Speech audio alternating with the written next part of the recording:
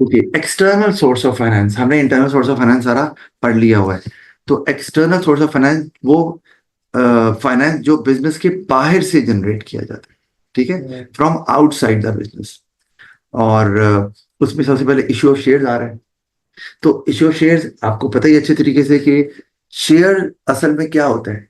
Share एक certificate होता है जो शो करता है part ownership in the business. यानी कि अगर मैं शेयर होल्डर हूं और मेरे पास 20% शेयर हैं, तो इसका मतलब है ये शो करता है कि मैंने बिजनेस के अंदर जितना भी कैपिटल है उसका 20% का ओनर मैं हूं। तो शेयर बेसिकली बिजनेस में पार्ट ओनरशिप को शो करता है, यानी कि एक हिस्सा उस शेयर होल्डर का है। अच्छा, तो जब आप शेयर इशू करते हैं तो जिसको शेयर मिलता है वो बदले में क्या करता है? वो बदले में आपको पैसे देता है, पैसे। जिसको हम कैपिटल बोलते हैं, इसलिए इसको शेयर कैपिटल का नाम भी दिया जाता है। तो ये एक बहुत, आप कह लो कि बड़ा और मेन सोर्स है किसी भी लिमिटेड कंपनी का। अगेन P2 है तो केस स्टडी में लिखा हुआ है सोल ट्रेडर और पार्टनरशिप। तो ये वाला ऑप्शन सोल ट्रेडर और पार्टनरशिप के केस में अवेलेबल नहीं होता, होगा। क्योंकि वो शेयर इशू कर ही नहीं सकते। तो ये प्राइवेट और पब्लिक लिमिटेड कंपनी का है।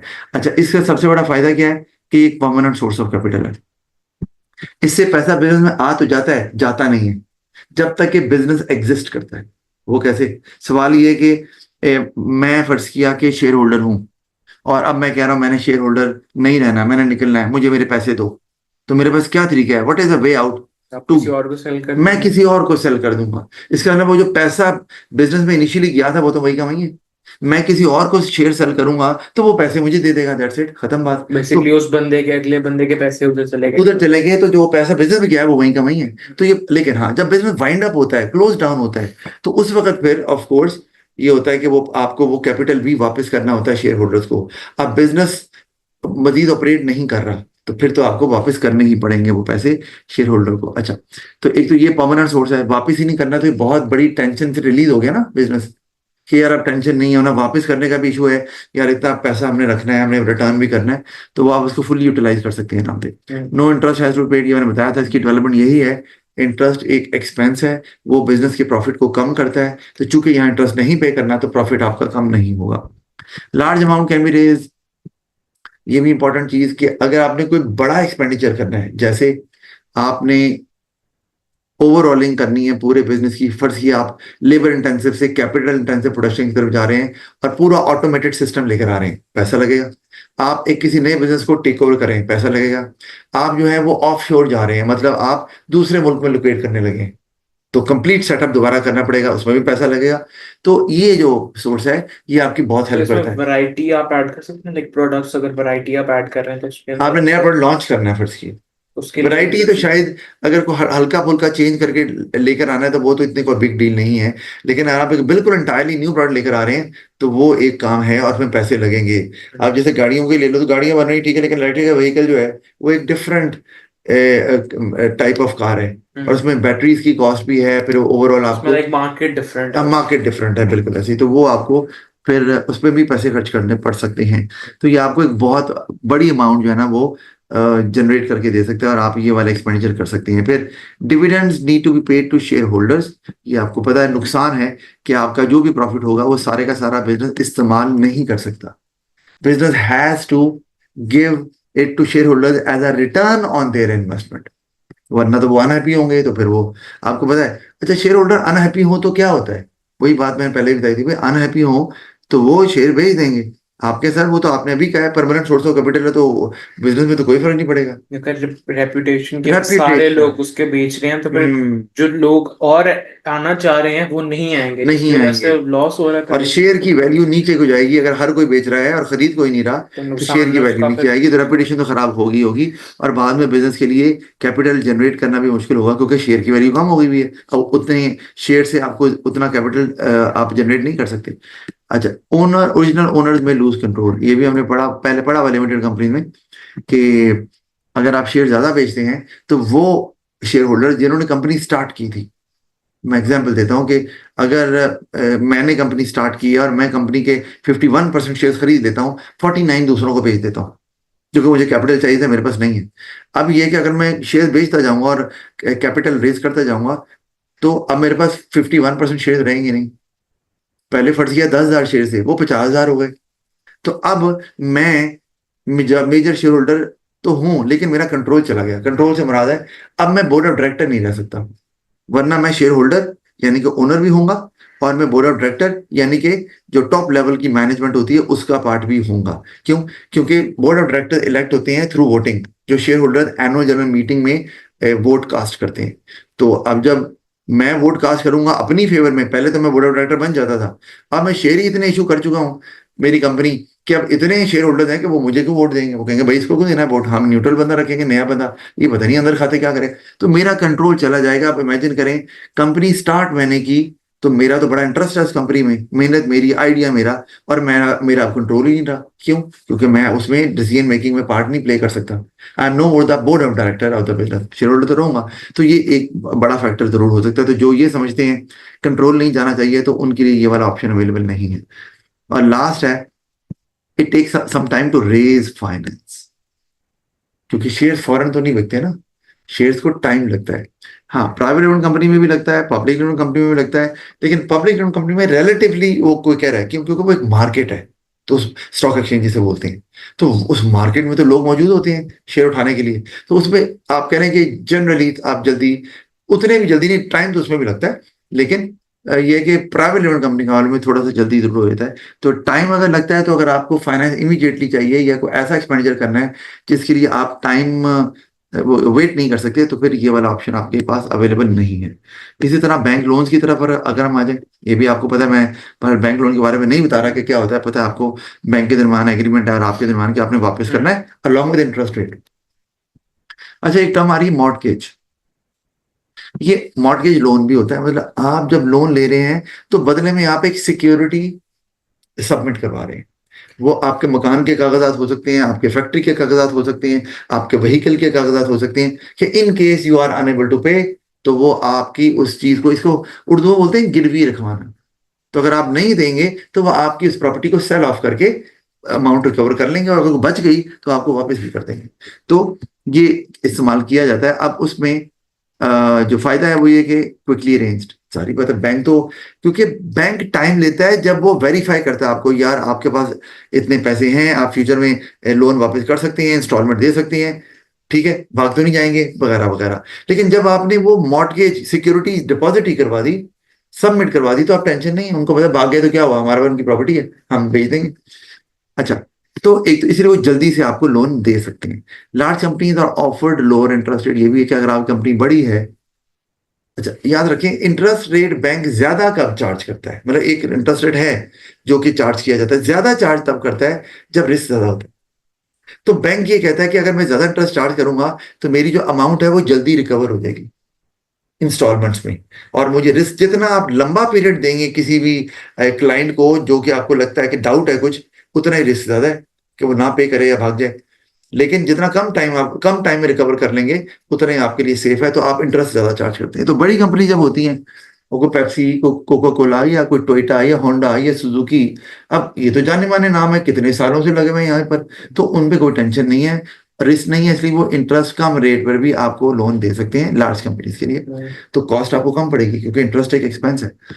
फिर security is usually required with bank. हाँ, वही जो मैंने कहा, मॉर्टगेज सिक्योरिटी देंगे, अब उसको नुकसान क्या है? अब मैं कोई बात नहीं, सिक्योरिटी दी हुई तो क्या हुआ, जब हम पैसे वापस करेंगे सिक्योरिटी ले लेंगे। प्रॉब्लम ये है, अगर आपको सिक्योरिटी बेचना चाहें, even if you are the owner, बेच नहीं सकते, because it is in the custody of the bank, और वो बैंक आपको क्यों देगा बेचने के लिए? तो ये प्रॉब्लम आपको आ रही। फिर interest has to be paid, sorry बता, अब इंटरेस्ट देना तो है ना भाई, जो भी है, तो एक्सपेंस तो होगा, प्रॉफिट तो कम होगा।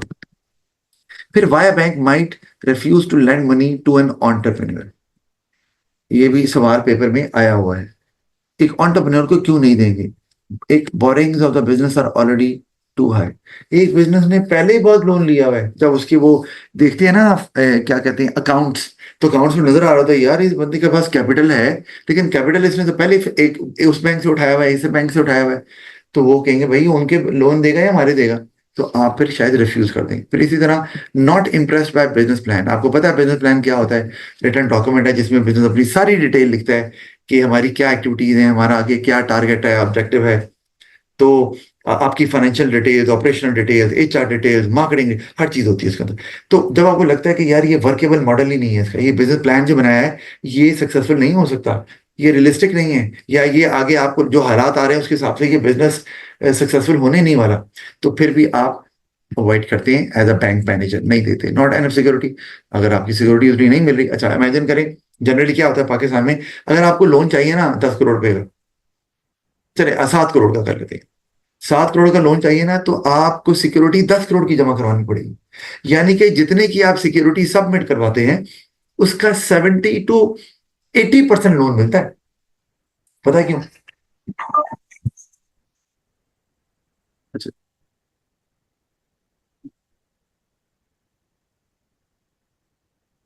ऑलराइट। उसके बाद हमारे बट पास, सर ये जरूरी क्यों है कि लाइक ज्यादा ही होना मैं वही चाहिए? बताने लगा हूं, वो ये कि अगर फर्ज किया आप 10 करोड़ का लोन ले रहे हैं और 10 करोड़ की प्रॉपर्टी आपने उनको दे दी है, डॉक्यूमेंट जमा करवा दिए, तो अब ये तो वो बंदा कहेगा यार 10 करोड़ वापस करना है, छोड़ो क्या वापस करना, प्रॉपर्टी 10 करोड़ की है, दे दो। इस तरह तो हो सकता है कोई कई बंदे वापिस ही ना करें, तो क्या बैंक आप सबकी प्रॉपर्टी बेचता फिरेगा? प्रॉपर्टी ली तो है लेकिन प्रॉपर्टी बेचना मुश्किल काम है, टाइम कंज्यूमिंग है। हम्म, बैंक अपनी बैंकिंग सर्विसेज पे फोकस करेगा या प्रॉपर्टी बेचने पे फोकस करेगा? तो हम्म, इसलिए वो ज्यादा की सिक्योरिटी रखते हैं ताकि वो बंदा लाजमी पैसे वापस करे और अपनी सिक्योरिटी लेकर चला जाए, ताकि बैंक की हेडेक ना हो प्रॉपर्टी को हम्म। बेचना, इसलिए। अच्छा। लाइक अगर कोई बंदा अपनी सिक्योरिटी लाइक एक गाड़ी दे देता है, हम्म, तो अब वो गाड़ी यूज कर सकता है बट उस गाड़ी को फर्दर सेल नहीं कर सकता। ये एब्सोल्युटली बिल्कुल, ये डॉक्यूमेंट उसके पास जरा, गाड़ी के कागजात जिसे कहते हैं, गाड़ी की फाइल। हम्म, अच्छा, गाड़ी की जो कार्ड मिलता है आपको आजकल, तो अब कार्ड आता है गाड़ी का, तो वो इतना इंपॉर्टेंट नहीं जितनी फाइल है, क्योंकि फाइल बताती है कि ये चोरी की है या ट्रेस हो रहा है कि गाड़ी इस शोरूम से ली, यहां से आई, वो सारा आपके पास रिकॉर्ड होता है। वो नहीं है तो आप गाड़ी नहीं बेच सकते, वो चोरी की कंसिडर की जाएगी गाड़ी। अच्छा, तो ये तो इसलिए वो आप यूज तो कर सकते, पर हैविंग कैश फ्लो प्रॉब्लम, हाँ एक बिजनेस है जिसको कैश फ्लो का इशू आ रहा है। अब कैश फ्लो इशू क्या है हमने आगे पढ़ना है, लेकिन यही बात कर लें, बिजनेस को डेली एक्सपेंसेस मीट करने के लिए उसके पास रेडी कैश अवेलेबल नहीं है। मैं ये नहीं कह रहा बिजनेस को लॉस हो रहा है, लेकिन बिजनेस को फिलहाल फाइनेंशियल इशू आ रहा है कि बिजनेस अपने डेली एक्सपेंसेस को मीट नहीं कर पा रही, और अगर आप लोन दे देंगे तो डेली एक्सपेंसेस नहीं मीट कर रही तो लोन की इंस्टॉलमेंट कैसे देगी? तो हम्म, यहाँ प्रॉब्लम आपको आ जाएगी। अच्छा, फिर ये एक इंपॉर्टेंट और एक सोर्स ऑफ फाइनेंस है, सेलिंग डिबेंचर बॉन्ड्स। ठीक है जी। अच्छा, ये हमने ऊपर पढ़ा था क्योंकि पास पेपर में सवाल आया था लोन्स के साथ रिलेटेड, तो मैंने ऐड कर दिया इसमें, इसीलिए तो मैं ऐसे ही नोट्स में ऐसे ही कर देता होता हूँ। अच्छा, सेलिंग डिबेंचर्स और बॉन्ड्स आ गया, तो ये क्या होते हैं? ये शेयर्स की तरह के ही सर्टिफिकेट होते हैं, लेकिन जो शेयर्स खरीदता है किसी कंपनी के, वो कंपनी का मालिक बन जाता है, जिसे शेयर होल्डर बोलते हैं, और उसका प्रॉफिट में हिस्सा होता है। हम्म, लेकिन जो डिबेंचर्स खरीदता है या बॉन्ड्स खरीदता है, वो कंपनी का ओनर नहीं बनता, उसे कहते हैं बॉन्ड होल्डर या डिबेंचर होल्डर। शेयर होल्डर नहीं बोला जाता। मतलब क्या है इसका? मतलब यह है कि डिबेंचर एक पीस ऑफ सर्टिफिकेट है जो उस बंदे को मिलेगा हु वुड बाय इट। अच्छा, जब आपने डिबेंचर बाय कर लिए, तो डिबेंचर आपके पास आ गए और उसमें लिखा होगा इस कंपनी के डिबेंचर हैं, इतनी इसकी वैल्यू है, और कंपनी के ऑफिशियल्स को साइन करेंगे, और ये कि जब तक कंपनी इनको ये वापस नहीं करती तो कंपनी उनको इंटरेस्ट रेट पे करेगी। कोई भी बंदा किसी के डिवेंचर क्यों खरीदेगा? इसीलिए उसका फायदा होगा तो खरीदेगा। तो इंटरेस्ट रेट, अब डिवेंचर आपने खरीद लिए, पैसा बैंक कंपनी के ये पास चला गया। कंपनी इशू करेगी। हम्म, कंपनी इशू करेगी, और ये भी इस तरह बिकते हैं स्टॉक एक्सचेंज में जैसे कि शेयर बिकते हैं, लेकिन इसमें आप मालिक नहीं बनते। इसीलिए हम वर्ड इस्तेमाल करते हैं, आप क्रेडिटर बनते हैं। क्रेडिटर वो बंदा होता है जिसने कंपनी को उधार दिया हुआ, उधार ही दिया ना, और आपको इंटरेस्ट मिल रहा है बैठे बैठाए। अच्छा, एक और अच्छी बात ये है, तो अब के लोग जो है ना वो डिबेंचर सर क्यों खरीदेंगे, क्या जरूरत है खरीदेंगे? हम्म, हाँ, वो बैंक से लोन ले लें। बंदों को फायदा ये है, अच्छा हो सकता है डिबेंचर का इंटरेस्ट रेट थोड़ा कम भी हो, ये भी हो सकता है, लेकिन डिबेंचर की भी वैल्यू बढ़ती कम होती रहती है।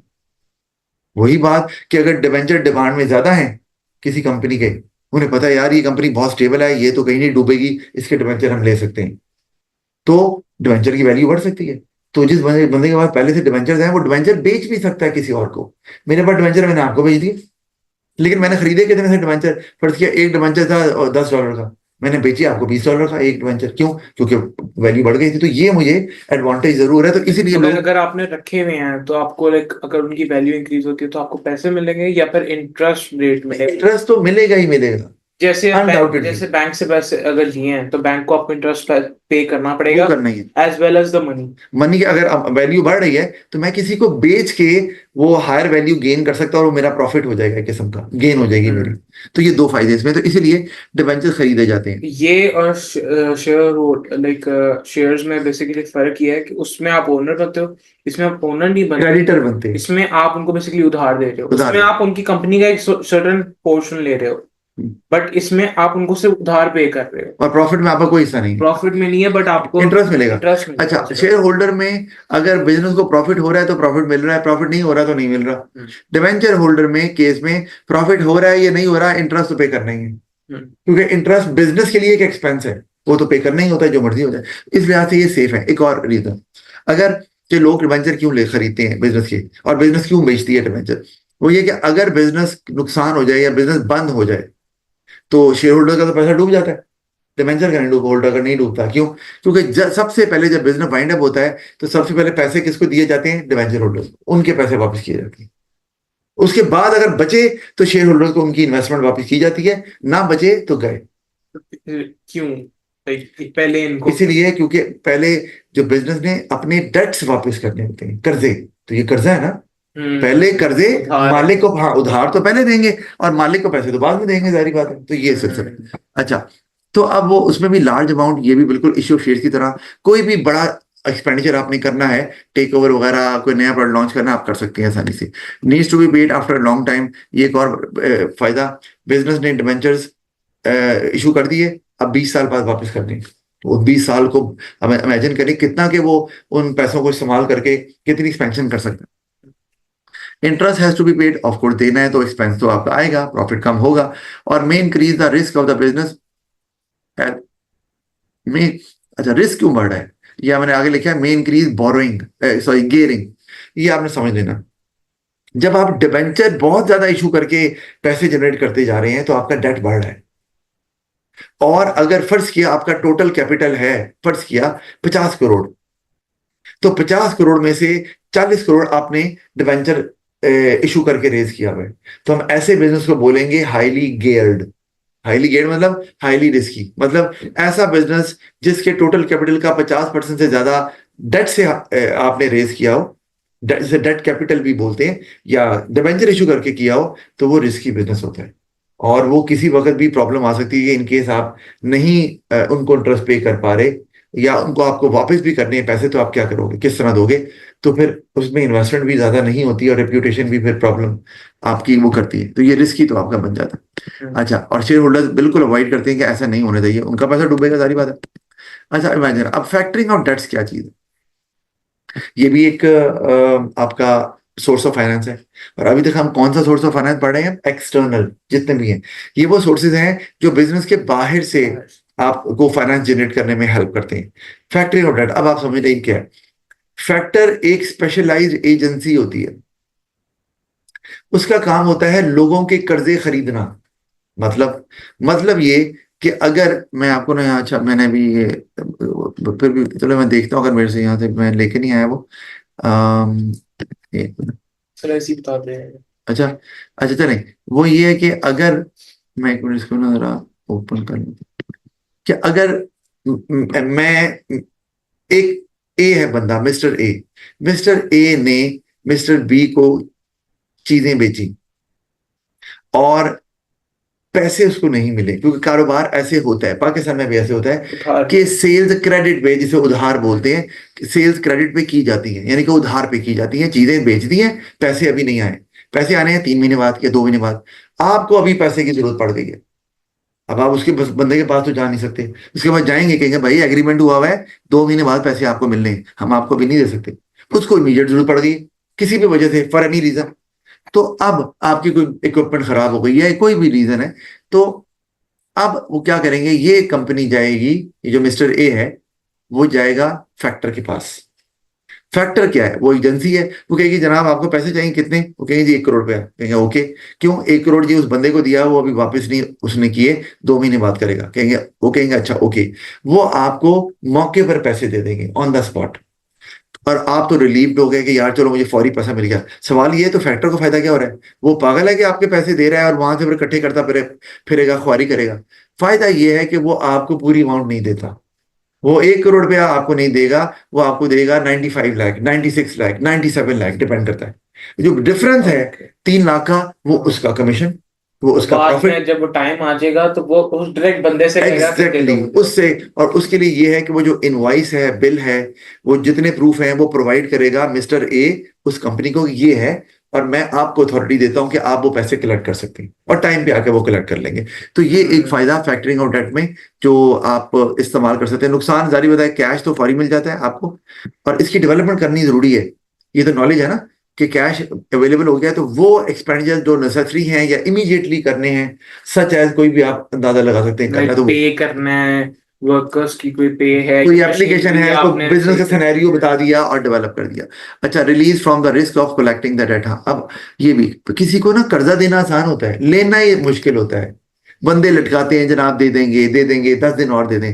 अब आपकी टेंशन ही नहीं, आपने चीजें बेची, फैक्टर से पैसे ले लिए, अब आप अपना काम कर रहे हैं, फैक्टर जाने और वो बंदा जाने। सर फैक्टर के पास इतना पैसा लाइक कहाँ से आता है? पैसा, फैक्टर, यही तो कह रहा हूं, जैसे आप फैक्टर जो है ना, ये भी, इसमें भी इन्वेस्टर्स होते हैं, वो अपना पैसा लगाते हैं। जैसे बैंक को ले लो, क्या जो बैंक का ओनर होता है वो सारा पैसा उसका लगा होता है? नहीं, वो तो पैसे आते हैं जो डिपॉजिट करते हैं, उसको फिर कंबाइन करके उन्होंने उसके बाद वो आगे लोन जो जाता है वो बैंक का, बैंक पैसा कोई नहीं देता, वो हमारे और आपका पैसा आवाम का देता है। पैसा जाता है। इसी तरह से फैक्टर जो होता है एजेंसी, उसमें इन्वेस्टर्स इन्वेस्ट करते हैं, और वो अब आपके, और उस लोगों को प्रॉफिट होता है, वो वो इन्वेस्टर्स फिर को शेयर हो जाता है देना उनका। भी होता है। एक फैक्टर जो है वो एक लिमिटेड कंपनी भी हो सकती है। हम्म।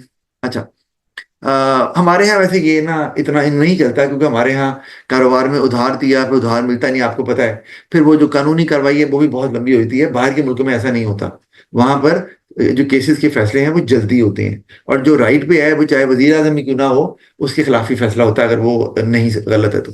हमारे यहाँ पर ये इस तरह की एजेंसी इतनी सक्सेसफुल नहीं है। अच्छा, फिर आ गया, firm does not receive 100% amount owe to the बिना, आपको समझ आ रही तो एक आप, सर्टेन प्रॉफिट हाँ, को वो आप लेकर। पैसे लूज कर देंगे फिर। It is a short term solution for a cash flow problem, yes. हम्म।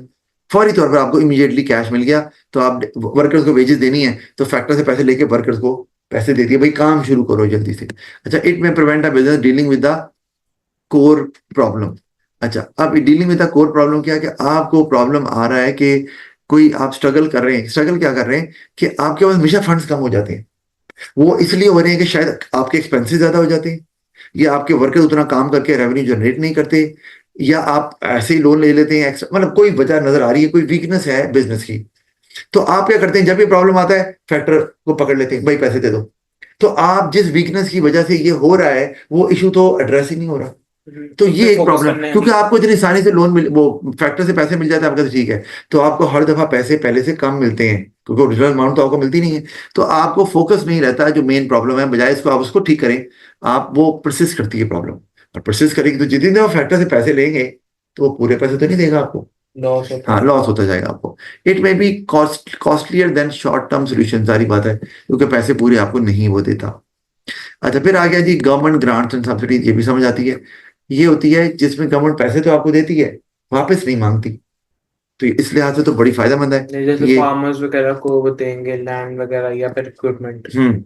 दे रहे, लेकिन इसमें नुकसान ये है कि जब वो आपको पैसे देते हैं और आपने वापस नहीं करने, तो वो आपको कुछ कंडीशन लगा देते हैं कि जनाब आपने ऐसे करना है, ऐसे नहीं करना है। जैसे अगर आपको सब्सिडी दे रहे हैं, तो कहते हैं जनाब आपने अपना बिजनेस इस इलाके में खोलना है जहां अनएम्प्लॉयमेंट है, क्योंकि गवर्नमेंट का तो काम है कि जी एम्प्लॉयमेंट बढ़े।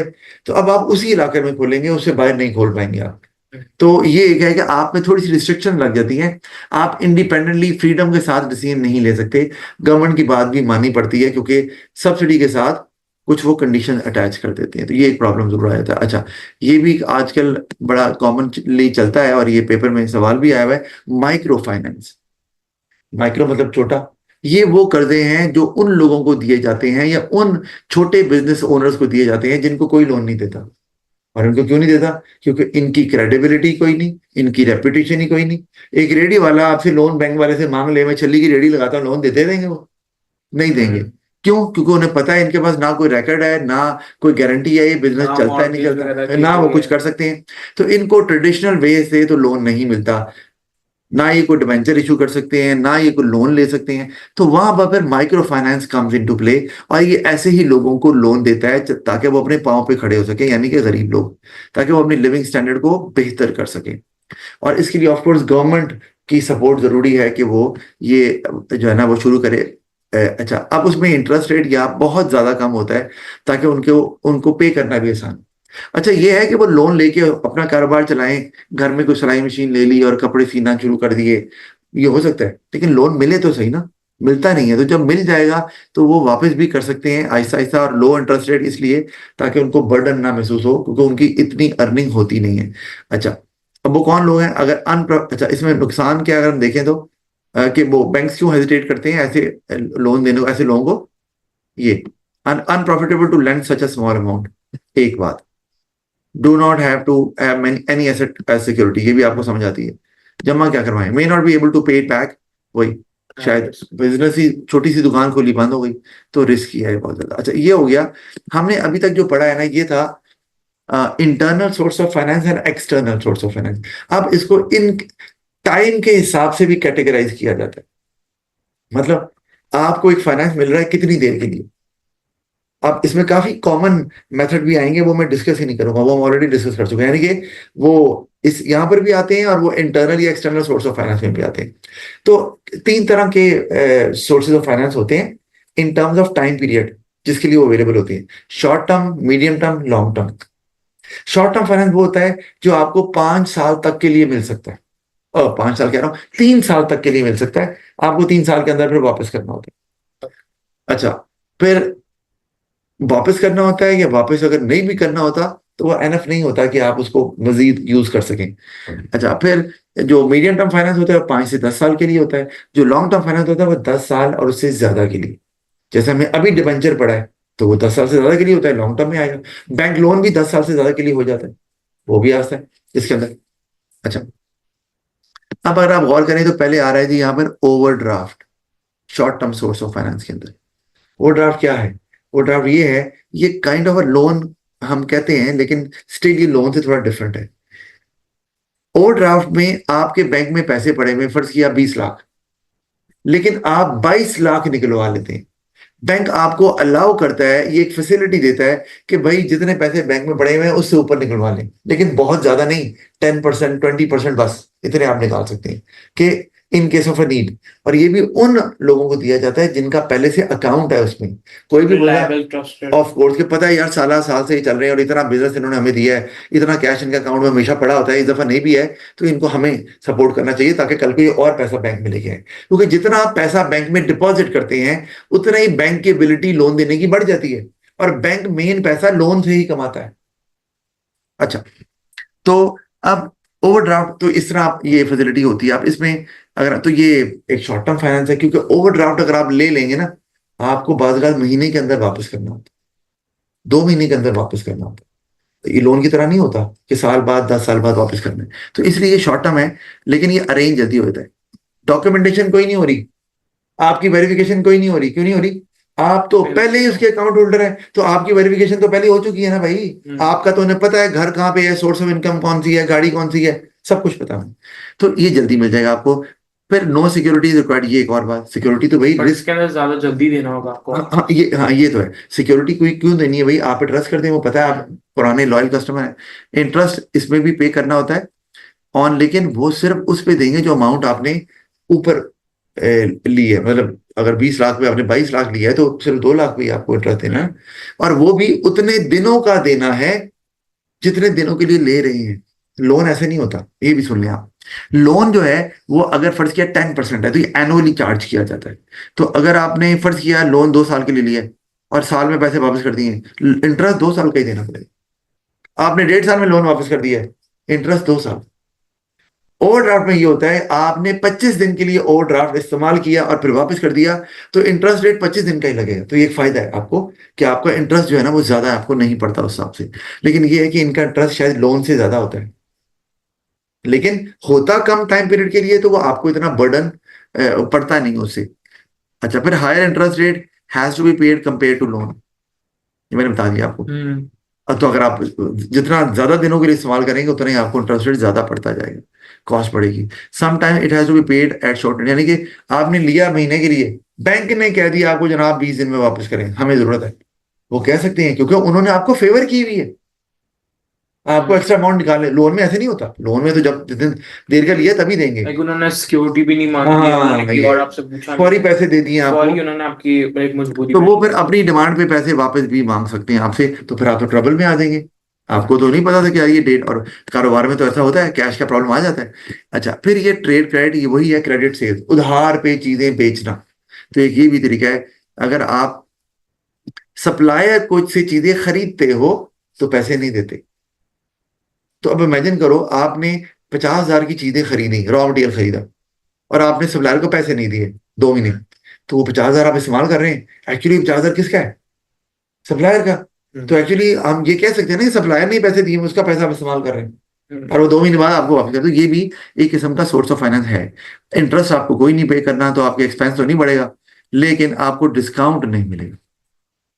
जब आप कैश पे चीजें लेते हैं तो आपको जो डिस्काउंट ऑफर चल रही होती है सप्लायर की तरफ से, वो मिलती है। लेकिन बल्क में भी अगर परचेज कर, हाँ चले बल्क, हाँ बल्क में भी, लेकिन अगर आप पैसे दें तो, अगर आप पैसे नहीं दे रहे तो किसी किस्म का कोई डिस्काउंट नहीं मिलता। और डिस्काउंट एक एक्सपेंस हो गया, क्यों मिला? भाई आपने जहां 50,000 की जगह 40,000 रुपए देने थे, अब आप पूरे 50,000 देंगे तो 10,000 का नुकसान ही हुआ ना, तो आपका एक्सपेंस हो गया, प्रॉफिट को कम करेगा वो।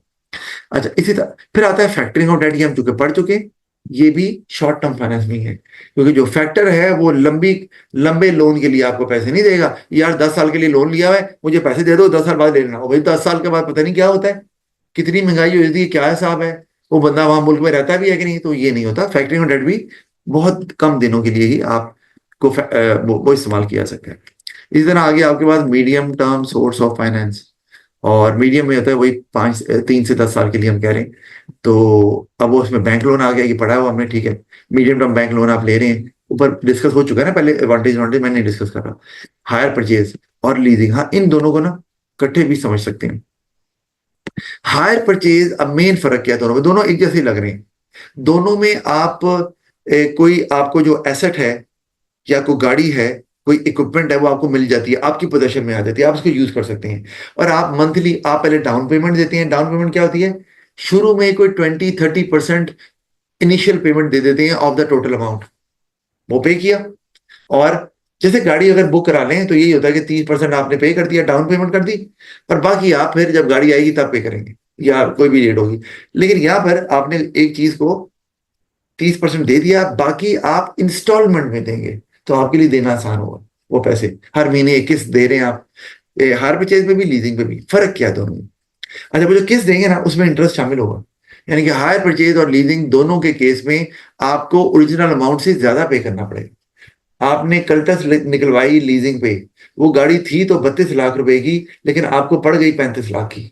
क्यों पड़ गई? क्योंकि आपने जो इंस्टॉलमेंट दी है उसमें वो इंटरेस्ट भी डालते रहे, लेकिन आपने पे आसानी से किए। क्यों? क्योंकि आपको हर महीने वो 30,000 रुपये देना था, आप देते गए आराम से। अच्छा, अब दोनों में फर्क ये है कि हायर परचेज जो है ये एक कॉन्ट्रैक्ट है चीज को खरीदने का, बाय करने का। लीजिंग एक कॉन्ट्रैक्ट है चीज को हायर करने का, रेंट पे लेने का। मैंने पहले ही बताया था आपके सर, लीजिंग में लोग गाड़ियां नहीं खरीदते, वो गलत है।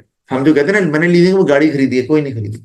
लीजिंग में गाड़ी आप तब खरीदेंगे जब आप सारी पेमेंट कर देंगे, आपकी फाइनल पेमेंट हो गई और बैंक आपको एनओसी जारी कर देता है और आपके नाम पर गाड़ी ट्रांसफर कर देता है, तब आपने गाड़ी खरीदी। तो हम बोल देते हैं डाउन पेमेंट, यार हमने लीजिंग में गाड़ी निकलवा दी, हमारी होगी, आपकी नहीं हुई, वो आप किराए पे चला रहे हैं।